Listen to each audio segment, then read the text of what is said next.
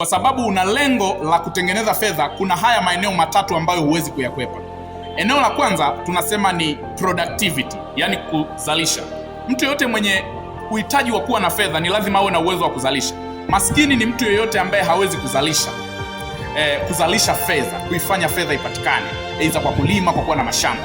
Lakini eneo la pili tunasema ni relationship, yani uhusiano. Ni lazima uhusiane na watu. Fedha ipo kwenye mikono ya watu. Mtu mwenye uwezo wa kuwa na mahusiano mazuri na watu ana uwezo wa kutengeneza fedha.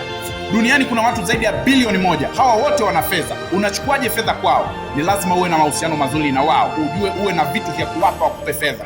Eneo la tatu ni kuwekeza. Ni lazima ujifunze kuwekeza. Wekeza fedha ili iweze kuzaa zaidi ya fedha ambayo unayo.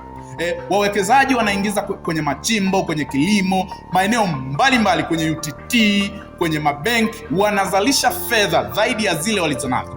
Kuwekeza manake ni kuweka kidogo ulichonacho ili upate kitu zaidi. Asante.